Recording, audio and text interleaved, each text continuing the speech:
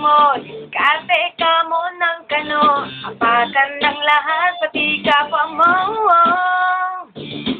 Minsan ang kagipitan ay wala sa bigat ng pinapasan, sa pagsubok pagharap ng kabiguan.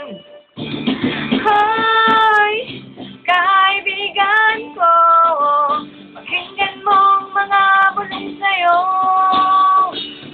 Ito'y di galing sa mundo, patungo sa pangakong paraiso. Tumatakbong oras, gumising ka't kumangon na, pagkat hindi na ikaw ang biktima.